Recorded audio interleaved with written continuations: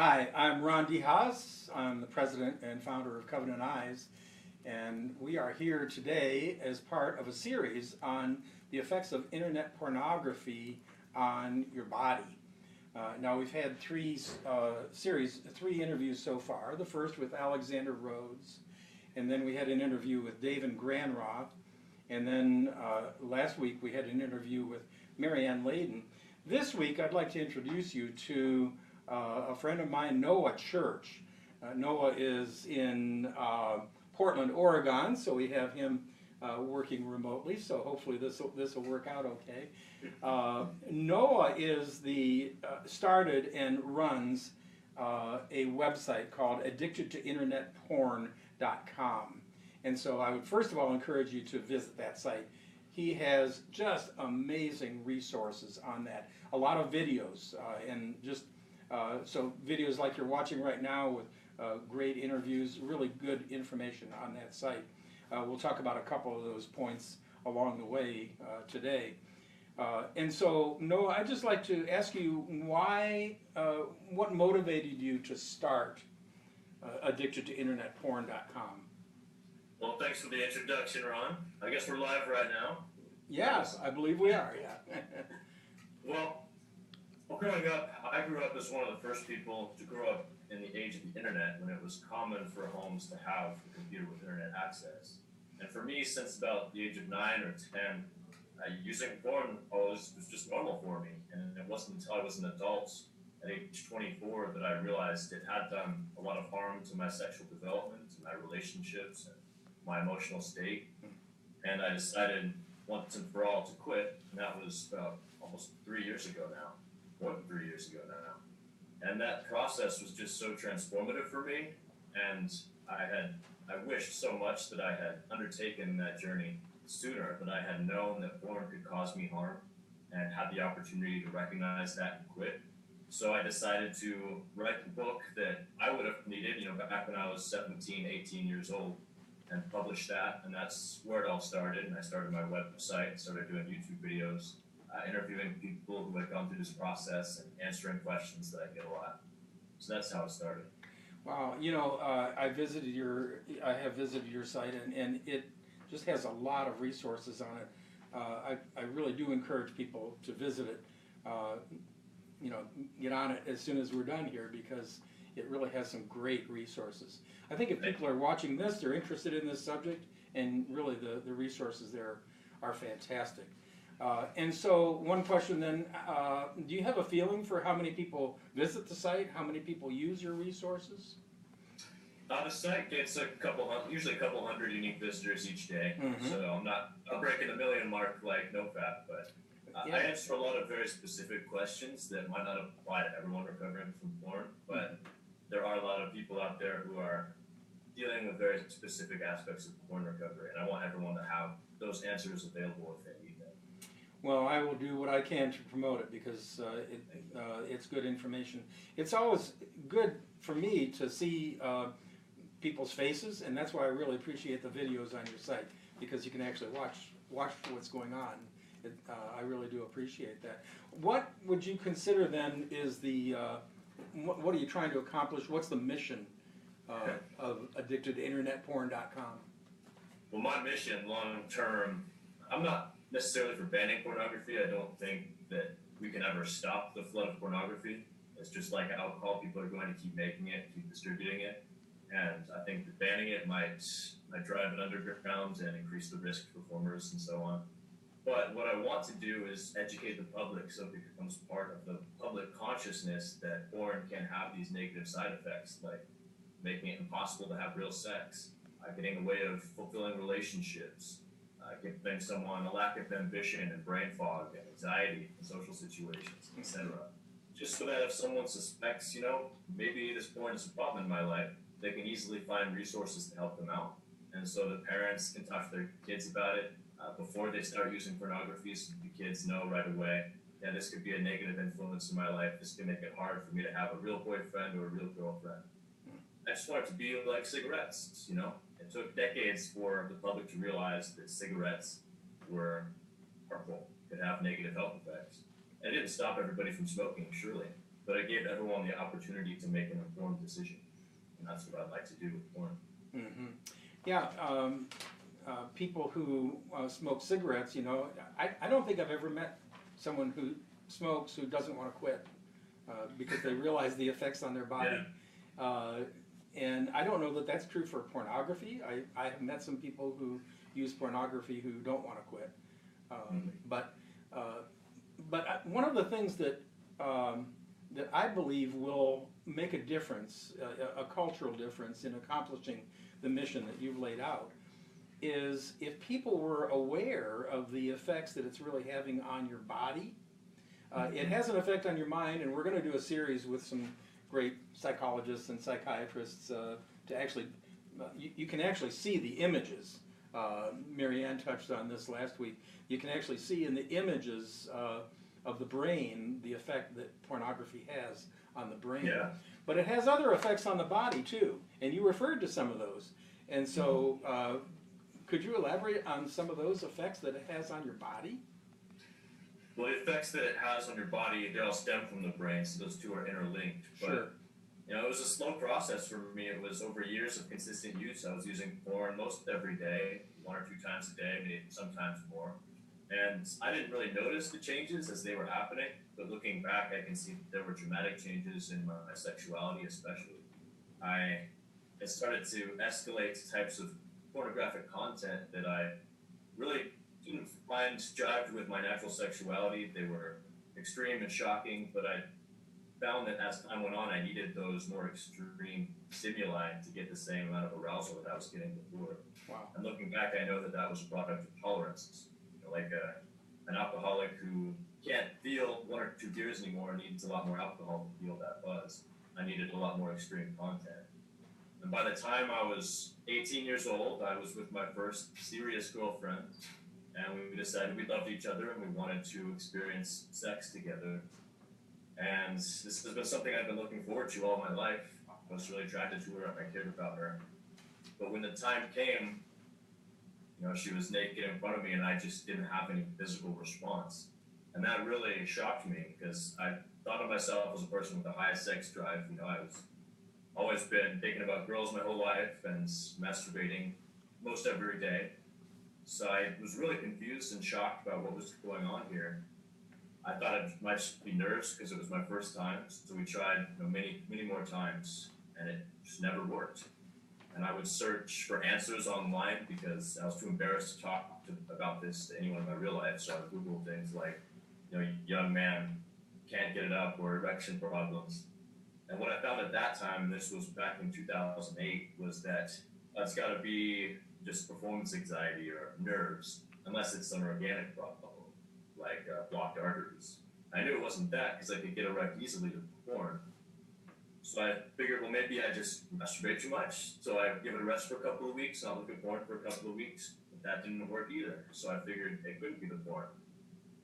And that process and that cycle continued in all my relationships for the next 6 years. And it was not only a physical effect, but it was devastating on my self-esteem and my self-confidence and my sexual identity because I couldn't have sex. I was sexually broken.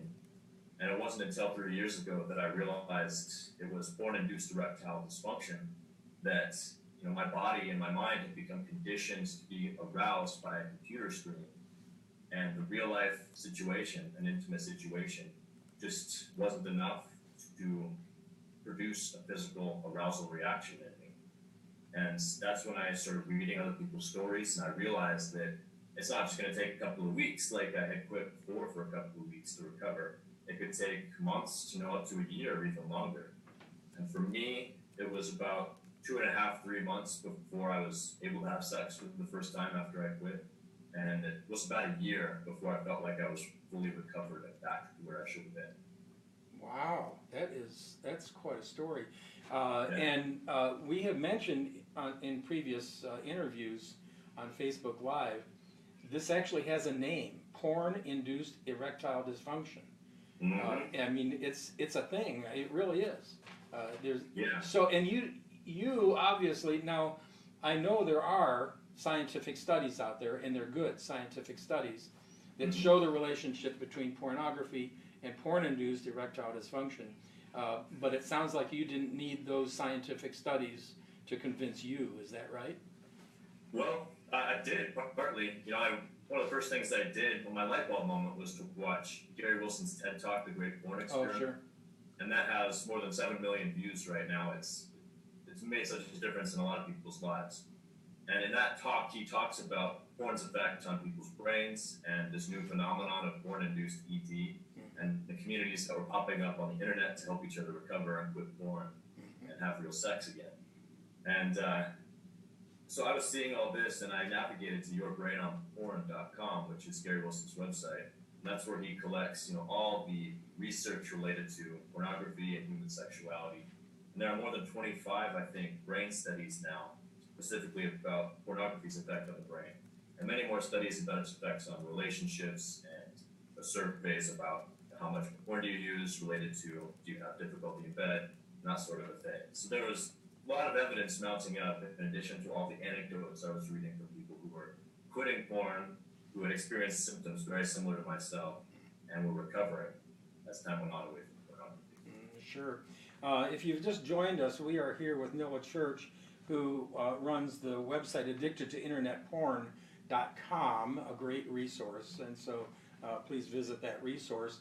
I have some statistics that I've shown before. They're so stunning to me that I'm going to show them again.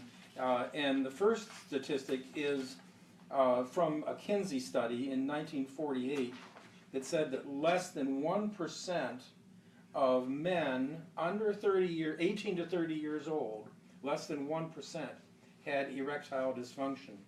And then a 1992 study that was published in the American Journal of, the Journal of the American Medical Association, said that about 7% of men 18 to 30 had erectile dysfunction. And the shocking thing to me is that a study that was published in the Journal of Sexual Medicine in 2014 said that 33% of men 18 to 30 are experiencing erectile dysfunction. That almost sounds unbelievable to me. Yeah. Is that a reasonable number? Do you think that's possible? I definitely find that believable. 7% for 1992, that's higher than most. Even by 2002, we were still seeing studies that showed that 2 to 5% of guys 18 to 40 were experiencing ED. But by 2012 and on, it's around 30% or higher. One study of 16 to 21-year-old young men found that 27% of them experienced erectile dysfunction. Wow. And 55% of them experienced some sort of sexual dysfunction, including reduced libido for real partners. And if we had, a 1,400% increase in rates of hypertension or any other disease, we'd have a medical outcry and we'd all be wondering what's going on. But because I think this is sexual related, this country is not very good at addressing sexual topics, and people haven't really paid much attention to it.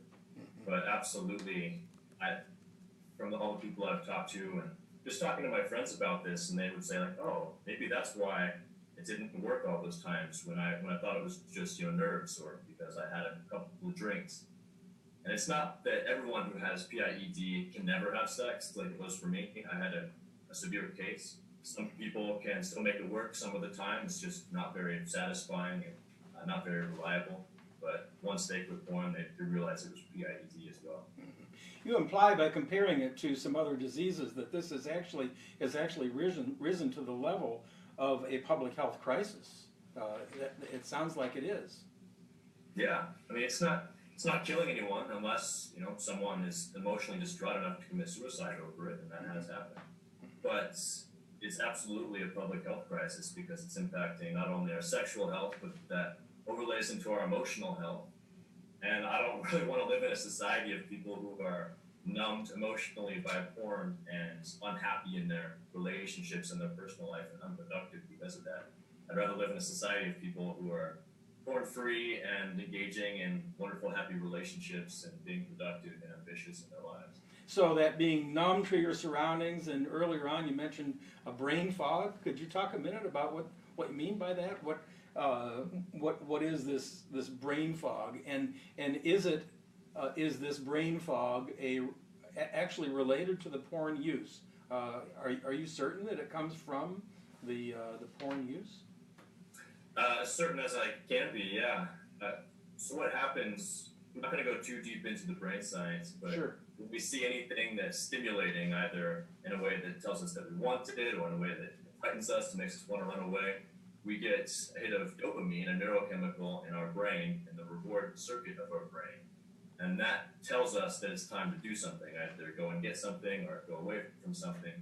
And internet porn is very good at delivering a high spike of dopamine into the brain through our eyes, because it's a constant stream of sexual novelty, and sexual stimuli are the most powerful natural stimuli that we can get. You know, we can get more higher dopamine spikes with hard drugs like heroin and cocaine. But internet porn, one thing that's unique about it is that we can keep those dopamine levels raised for hours as we click from video to video, edge, as we call it, delaying orgasm so we can keep watching porn.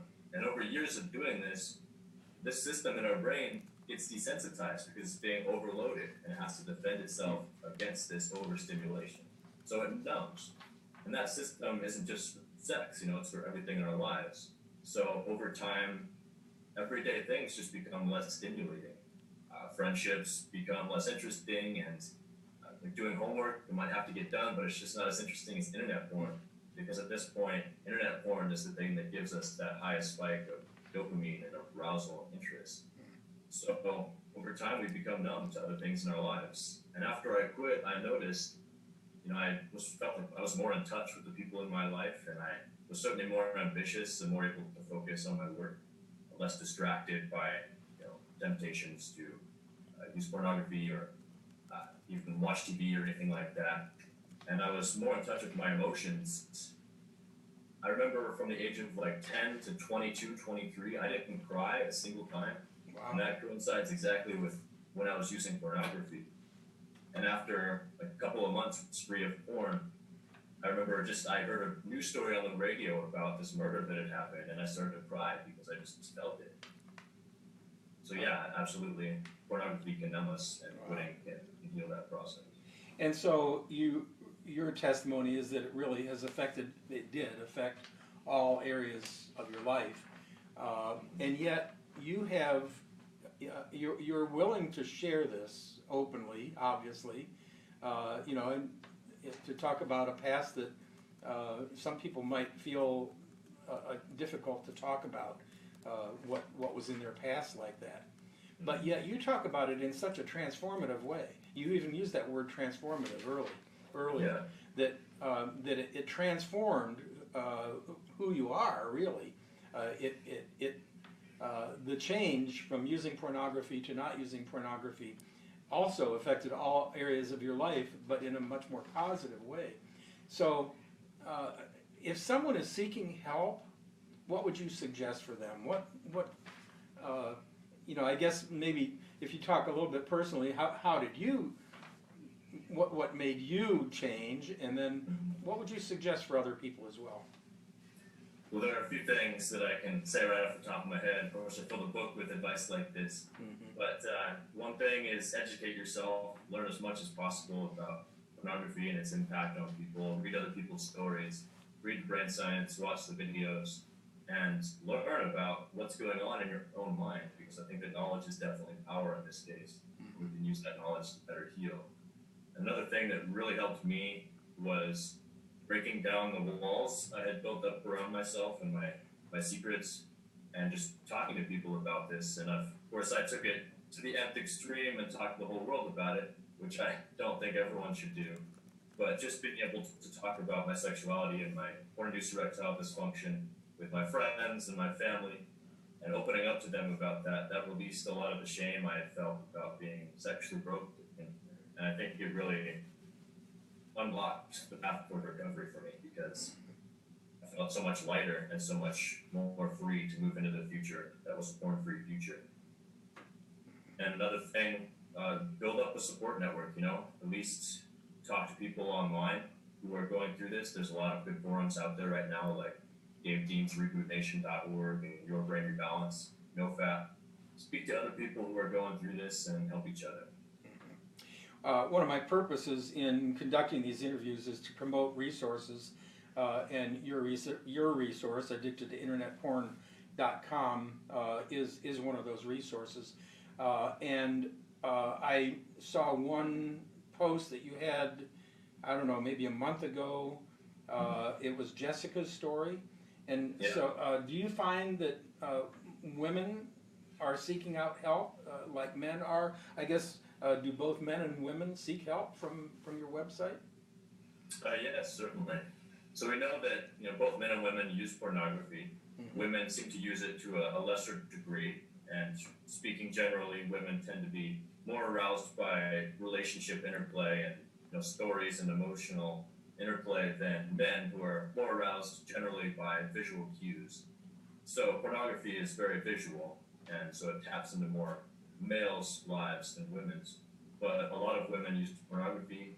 A study of high school seniors showed that 78% of them, boys and girls, use pornography regularly. And another study back in 2010 showed that 31% of college-age females use porn regularly. So certainly they can get addicted just as we can, and it can be worse for them because men have a longer natural refractory period after orgasm where they feel like their libido has abated, whereas women have the potential for multiple orgasms and can just keep going for hours and hours. And also I get women who reach out to me for help with their relationships. Why is my husband or my boyfriend continuing to use pornography even though he knows it hurts me? What's going on with him? How can I help him, or how can I stop his behavior? So I get a lot of that as well. Now, one thing that I know you do is you actually do one-on-one coaching, if I'm not mistaken. Is that correct? Mm-hmm. So what type of person would come to you seeking, would it have to be someone who's addicted, or what type of person would come to you for help? Most of the people who book sessions with me are struggling personally with the problem with pornography. Either they're addicted and they can't seem to stop and they want help just being able to stop, or some people develop PIED or other porn-induced sexual dysfunctions without actually being addicted. Addicted necessitates that even once they try to quit, they're unable to. And some of these people are able to quit and never use it again, but they still have a lot of questions about the recovery process of PIED, and how do I talk to my girlfriend about this? How long is this going to take, etc. So I answer a lot of those questions too. And some of them are partners of porn addicts as well. So would I have to fly to Portland to get these sessions? How does this happen? You could, I guess. No one's ever done that before, but no, it's over the phone and Skype, and I do some email coaching as well. That's just for a few questions, though. And full coaching, I prefer to do it on phone or Skype. How would I start that process with you if I decide I am interested in coaching? Well, go to my website and click the Get My Help tab, and you can learn all about it. If you have any questions, anyone can email me at noah@addictedtointernetporn.com. Noah@addictedtointernetporn.com. NOAH. That's right. His name, yeah. I try to give away as much as possible for free because I just want everybody to know this information and to be able to help themselves. Mm-hmm. So I make a lot of videos, and I give away my book for free as a PDF. Anyone who subscribes to my newsletter. But yeah, one-on-one time just takes enough time that I have to charge for that. You have to charge for that, no doubt. How many sessions would you typically want to meet with someone to help them through the struggle? It really depends on the individual. I mean, some people, especially the ones who don't feel addicted but still are struggling with porn-induced erectile dysfunction and that recovery process, some of them just need only one session to get their questions answered. And it's not very good for repeat business because a couple weeks later I'll check in with them. They'll be like, "Oh, everything is awesome. Thank you so much." Yeah. No more problems, which means that no more repeat business for me. But that's great because they're doing well. Yeah. And I also sell coaching sessions in bundles of 3 for a reduced rate. So that's for people who need more long-term guidance. Yeah. I haven't made it a practice during these interviews to plug Covenant Eyes, but the accountability really is. We have had so many testimonies, people talking about how accountability has just cured them from the addiction. To be able to have a friend like you who I can go to and say, "Hey, will you keep me accountable in my internet use?" So Yeah, when I was recovering, I don't think I get heard about Covenant Eyes, but it's recommended on my website now, and I recommend it to people who are looking for something like that. I like that it's not just a filter; it's something that builds in community and community support. It's a way for people to be accountable to people and know that this internet world isn't a separate world. It's still tied to my real life, Yeah. and I'm going to be held accountable for that. Yeah, that's really true. If you had perhaps one thing that you could tell people, if there probably is somebody who's listening or will listen to this who is struggling, and so what one thing would you tell them to do to change their lives? And to begin with, I have to say it changes your life. You've given a great testimony. It changed your life to quit Totally. this. And so what would you say? A single aspect of my life that has not been improved since I quit pornography. So what's the one thing? What I guess where would I next put my foot? What would be my next step in overcoming pornography? Well, if I have just one message to tell the people who are struggling, it's just never to give up hope. I get people all the time who tell me, I'm 26 years old, I feel like I've wasted the last 10 years of my life, wasted a lot of my relationships. I just don't know if I can ever recover at this point. But then I also get 35-year-olds who would kill to be 26 again and have the opportunity to quit when they were 26, and 45-year-olds who would kill to be 35 again and quit when they were 35, and so on. So a full recovery for PIED, certainly from 0% able to have sex to 100% is absolutely possible. So don't give up hope. We can always change our lives. Our past doesn't have to control our present. Our present can determine our future. So we can make different choices now than we've made in the past. Yeah. Well, that's great. Well, Noah, I sure appreciate your willingness to join us in this interview. Appreciate the opportunity, Ron. Yeah, addictedinternetporn.com. Please visit that site and go through some of the videos. That would be another thing I'd recommend. Is there are a lot of resources out there, and in the other interviews that I've done and will do, going to be presenting resources for help. And a good place to start is on Noah's site right now. So I would encourage you, if you are struggling with pornography, and when this interview is done, don't leave your computer, go right to addictedtointernetporn.com, because there are great resources there. So take advantage. I've watched the other videos in this series too. I watched Marianne Layton's and Alexander Rhodes' episodes yesterday, and they're great, really valuable. Yeah, they're great. They really are. So thank you, Noah. Appreciate it. Thank you, Ron. See, next week we have a visitor coming. Jay Dennis from Lakeland, Florida is going to be here. He is the senior pastor of a large church down in Lakeland, and he's going to be talking about a new resource that he has as well. So I'm going to welcome Jay Dennis next week. So thanks. Goodbye.